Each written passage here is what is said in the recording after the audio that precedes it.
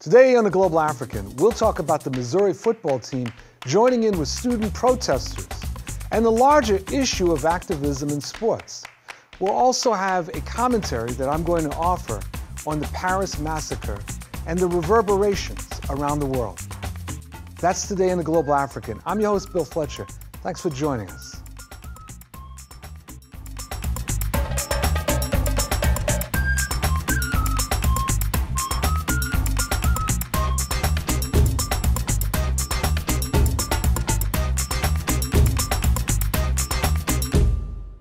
On November 9th, the University of Missouri's systems president, Tim Wolf, and school chancellor R. Bowen Lofton stepped down from their posts after considerable public outcry. Students at Missouri were highly upset due to the university's handling of various incidents of racism on campus. Jonathan Butler, a graduate student at the university, took part in a hunger strike to call attention to issues facing people of color at the school.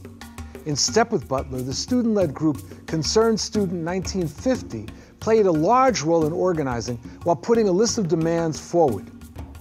These protests received a significant boost when members of the university's football team joined in, threatening to stop playing until the removal of the president. The university was set to lose millions of dollars had the players carried out their threat. Facing economic as well as political pressure, the university leadership buckled. The president's resignation was an important victory for students and also highlighted the power that football players have. So what are the implications of this success for college athletes around the country? That's what we're going to be exploring in this segment of The Global African. We're joined by Dave Zirin, who is an author, activist, and columnist with The Nation. He is a co-host with former NBA player Etan Thomas of The Collision, where sports and politics collide, which can be heard on WPFW-FM 89.3, Pacifica's radio affiliate in Washington, D.C. So Dave, welcome to The Global African. That's very kind of you. Thank you so much, Bill. It's an honor to be here. My pleasure. Dave, I want to start with this, the University of Missouri and the actions taken by the football players. There was something that you wrote that really struck me, where you basically said that we have to understand it didn't start with the football players, but nevertheless, the actions of the football players were important or critical. Tell us a little bit about how you saw what unfolded at the university. No, absolutely. I mean, the first thing that anyone should understand is that if you ask the football players themselves at Missouri, as I was able to do, they will tell you that the movement was not them, that this is not a sports story, that they were just responding to what they felt like was a mood on campus that they could not ignore, a mood on campus that they felt very connected to, because even though only roughly 7.7% of the students at the University of Missouri are of African descent, when you talk about the football team, it's 69%. So you have an entirely different kind of power dynamic when you go from the student body as a whole to the football team. And then, of course, as we can get to, the football team also has an economic role on campus that could not be ignored. But the most important thing is what you just asked, which is when did this start? And I've spent the last couple of weeks speaking to Missouri graduates from the ages of 25 to 55.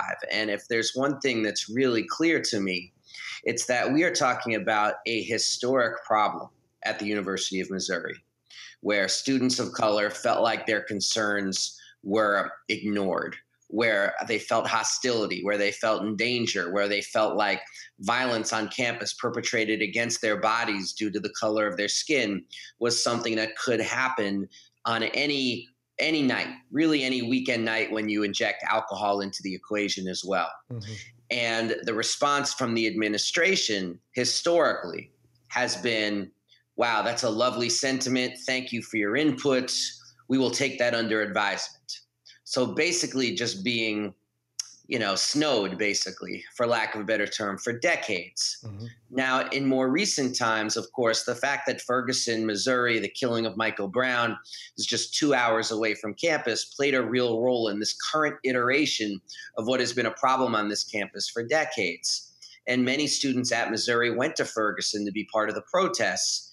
Then they come back to campus And according to their own words, their own descriptions, it felt like they were entering this kind of fantasy land where Black Lives Matter didn't exist, where Ferguson didn't exist, where Michael Brown and Darren Wilson didn't exist. And that was just intolerable for them. Mm-hmm. And so the protests began, sit-ins began, and all sorts of other, let's call them intersectional issues began to flare up as well, like the pushing of Planned Parenthood off campus and things of that nature, the issue of gender violence on campus and violence against women. So these are the sorts of issues that actually was able to expand their struggle to just feeling like they wanted to be an umbrella for anybody who felt like this university just did not care about them. And they were putting it off and putting it off. The school president, Tim Wolf, like all the presidents before him from my reporting, just smiled and said, thank you. We'll take that under advisement.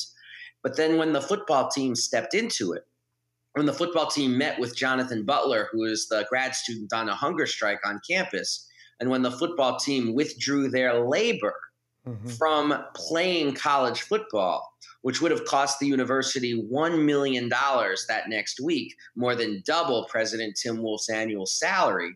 And when the football coach, Gary Pinkel, from his own Twitter account, said that he and the white players on the team and the coaches were all standing with the players, well, at that point, Tim Wolf should have been calling realtors, because no college president at a big-time school, particularly in the Southeastern Conference, is going to survive if the football coach and the team says either he goes or we go. Dave, let me ask you about player activism from a historical standpoint, since I know you look at this. In general, I don't expect to see players mobilizing around much, to be honest. I'm not trying to be funny or sarcastic. However, there are moments when I've seen, like in the 60s and early 70s, when athletes played a very major role in social movements. And so I was wondering, in terms of what we've seen at the University of Missouri, are there many other examples of this? And are there any things to look at that seem to trigger this kind of activism? Yeah, I mean, one thing that you heard a lot of the members of the media say was that what Missouri was doing was without precedent. And that's kind of true if you want to tease it out to the most basic issue of refusing to play unless a college president is fired. That is without precedent. But in the late 60s and early 70s, a lot of movements, but particularly the Black freedom struggle and the anti-war movement, did inspire football teams, college football teams. I wrote an article for The Nation called The Hidden History of College Football Activism. And you saw it a lot in the late 60s and early 70s. And it was more often than not about racial consciousness, which promoted activism. And usually the demands were less linked to broader campus issues like we saw at Missouri, and were more linked to issues like the hiring of Black assistant coaches, getting more respect from whoever the coach was of that team. So things of that nature, getting Black counselors, academic advisors, just trying to create an atmosphere or an environment around the team in the late 60s or early 70s where Black players didn't feel like their ceiling was as a player, and that their minds would not be respected or the opportunities for employment would not exist once they were done playing in the college football framework. So that tradition is very real.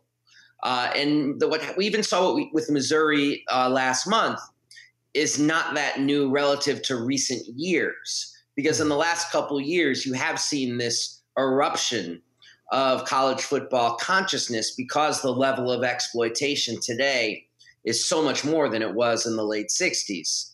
So issues of college football players at Northwestern talking about organizing a union, or the players at Grambling withholding their labor because of working conditions that they found to be unsafe. I mean, and the consciousness of college football players of seeing themselves as workers, as campus workers, as uncompensated campus workers is something that really has become much more of a mainstream conversation. And I think all of that needs to be understood if people are going to understand why the players at Missouri did what they did. Dave, let me ask you about something you just said. You described the players as uncompensated campus workers. I thought it was just a sport, man. Well, it's so interesting, Bill, because currently all our schools, but particularly, ironically, our public colleges are best described as neoliberal campuses. And they all exist in financial crisis. And the way they try to survive in an era of constant and roiling financial crises and deficits and debts is two ways. One is they load up the students with loans and have outrageous spikes in tuitions and all sorts of other hidden fees. And the other way really is through football. So, and I mean, if you take a step back from it, or if Martians landed from outer space, or if people came to this country from anywhere other than the United States, because we're the only country that does this, it's absolute lunacy that we depend on the success of college football and loading teenagers with debt as a way to keep our system of higher education afloat.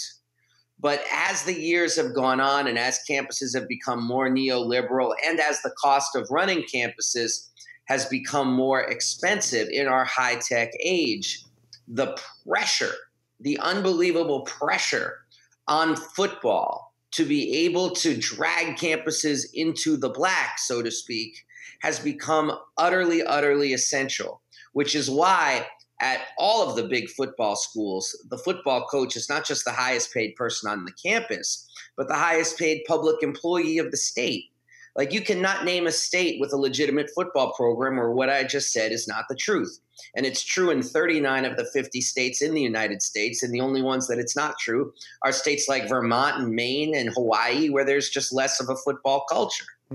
So the players have a tremendous – it's so interesting, Bill, because they're simultaneously in a position of powerlessness in that they're young kids, they're dependent on these scholarships because a chance often to get out of poverty, but they also have a tremendous amount of objective social power, where you have this multi-billion-dollar structure, Bill, where our university systems depend on, and it's all dependent on the compliance of 18 to 22-year-old kids. I mean, it's stunning, really.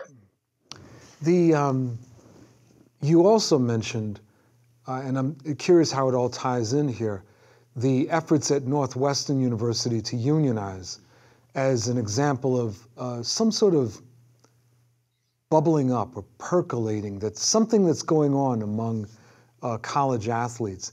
But the efforts at Northwestern were frustrated.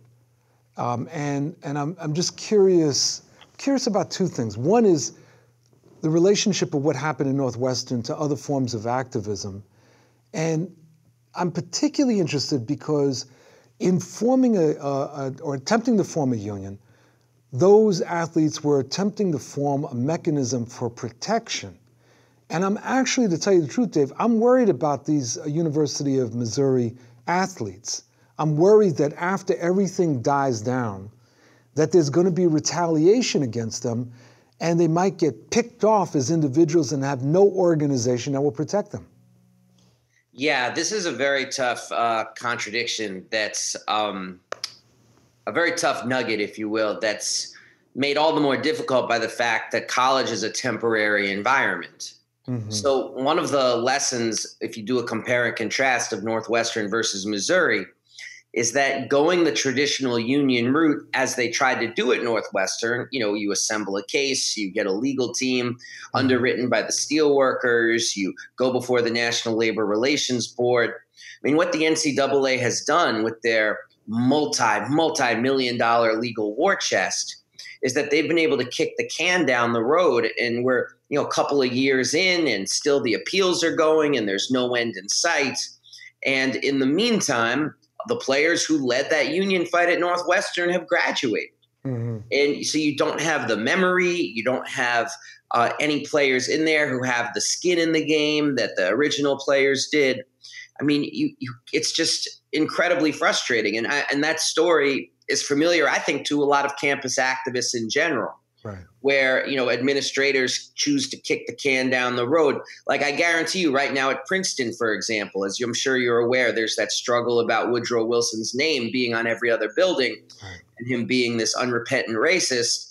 And I guarantee you, Princeton, they're going to they already announced, actually, as we're doing this broadcast, that they were going to listen to the students and commission a study. Like, by the time all the studies are done, most of these students are going to be living pretty damn far from Princeton, New Jersey. Yet, look at the Missouri Tigers. They go on strike, and within 36 hours, the president's gone. Mm-hmm. So there's a lesson that's being learned there, too. Like, where really is our power? Is it through traditional union organizing, or is it through more direct action? Right. I'm one of those people who's a big proponent of traditional union organizing for the reason that you said. I think that all workers need stable institutions of self-defense so they can't be picked off once the struggle dies down. But in this particular case, the nature of the work is in and of itself so temporary that I wonder if the traditional union models are really going to be able to take root more than the kinds of direct actions that the Missouri players went through. And you asked about being picked off. I mean, I think that's always a risk. I think the NFL has proven that they don't really care what is going on between your ears as far as ideas, as long as you can produce on the field. Mm-hmm. But if you're, say, a borderline player and you're seen to be any sort of rabble-rouser or troublemaker or union person, that door is going to be closed to you. So it does create a kind of brutal meritocracy where certainly players are risking their possible professional futures, particularly if they aren't superstars. Just have a couple more questions. One is, what do you think motivated the coach to side with the players? Yeah, I mean, Coach Gary Pinkel, there's a lot of sort of like tea leaf reading about why Gary Pinkel stepped forward as he did. And I think the best thing that I can say to you, Bill, is to tell you some of the theories that are out there. Mm-hmm. So perhaps people can, I guess, choose the truth that they want or figure out what makes the most sense. I mean, I haven't spoken to Gary Pinkel, but I have spoken to other Division I coaches to try to get inside the mindset. And one theory is, like, when you're a coach, the one thing you do is you preach family among the players. And if your players, particularly a majority of your players, are coming up to you and saying, we can't play because we just met with this young man who's hunger striking and he could die and we can't just go on like it's not happening. If you as a coach say, well, you better get your ass on that field, then you're basically running against everything you've preached all season. And another theory is that given how dependent college football is on black talent, what would it have meant for Gary Pinkel to have to recruit to Missouri after having betrayed his players versus what would it mean for him being able to recruit and say, hey, look, I have your back. I proved it in practice. So that's like a more cynical read of it. Mm-hmm. But it's certainly a read that's out there. But the thing that and then people are also talking about the fact that Michael Sam, the first openly gay player to apply for the NFL draft, he was a star at Missouri, and Gary Pinkel and the team rallied around him. So clearly there's a mindset of togetherness and family on that team. But the thing that probably makes the most sense of all is that, this news got profoundly overshadowed by the killings in Paris because it was announced just before the first bullets were fired. But Gary Pinkel has announced his resignation because he has a lymphoma, non-Hodgkin's lymphoma. Oh, my goodness. And it was something that he was diagnosed with over the summer. He had said to people in the know that he was going to leave. He was planning on making the announcement after the season. And I don't know why he chose to announce now, maybe because some people said it was because word was dribbling out. Other people just said that, he wanted to be clear with people about where he was and what was going on and maybe to explain some of his behavior. Because I'll tell you one thing, he was getting a lot of guff from some folks in Black Lives Matter circles because he had made some comments where he said he had no idea what was going on campus.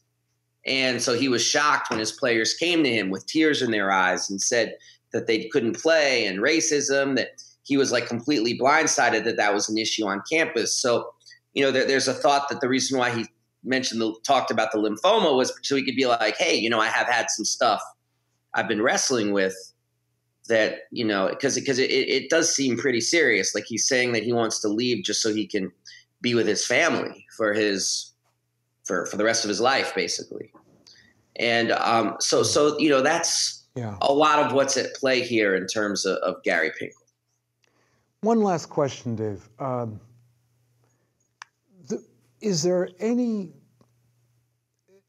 Did the NFLPA, to your knowledge, say anything about the developments at the university? And is there any relationship, in your mind at least, between the activism that we see here and the NFLPA and where it may itself be going? Well, there simply has to be, first of all. And I have a scheduled interview with the head of the NFLPA, DeMaurice Smith, in the weeks ahead, in about a week and a half. And that's going to be the number one thing we talk about. Good. About what is the NFLPA's responsibility. I did speak to somebody who will go anonymous, who's up in the NFLPA, who said to me that they're taking a very, very close look at the relationship between the Pro Football Players Union and the rights of college athletes and trying to figure out a way to start taking the lead in some of this organizing, which I think is very necessary. Mm-hmm. They do have certainly the war chest to do it. The question is are they in a position to hire the organizers? Because when you're talking about college football, you're talking about 120 schools. It's a heck of a task, but it's hard to see who is more equipped to do that than this stable, very well-funded, very powerful, and very activist-minded union in the NFLPA. Indeed. Now, that could be a really exciting development over the next several months. Dave Zirin, listen, thanks as always. Very much appreciate you joining us on the program. No, anytime, Bill. Thanks so much. All right, keep the faith. And thank you very much for joining us for this segment of The Global African. I'm your host, Bill Fletcher, and we'll be back in a moment.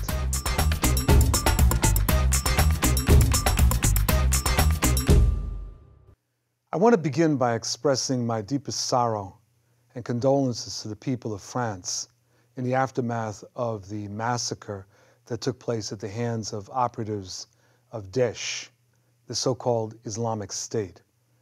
There is no excuse for what happened. There's certainly things that we have to understand that motivates a clerical fascist organization of that type to carry out such murders. I also want to express my sadness about what's happening in the United States in the aftermath of that tragic massacre. I was thinking about this. There was an episode in The Twilight Zone, the original Twilight Zone by Rod Serling from 1964. The episode was I Am the Night, Color Me Black. And it involves the preparation for the execution of an alleged murderer, someone who had defended himself against a bigot. And he was supposed to be hung at sunrise, except the sun didn't rise. It remained dark. And as it approached time for him to be executed, it got darker. And when he was executed, it became even darker. And then there was a radio announcement that there was darkness over many different parts of this planet. And the darkness was a metaphor for deep, deep hatred, irrational, insane hatred. And it is that which we're seeing in the United States. A friend of mine said to me the other day in talking about the decision by the Congress to block the refugees from Iraq and Syria, she said, the United States is going crazy. I said, no.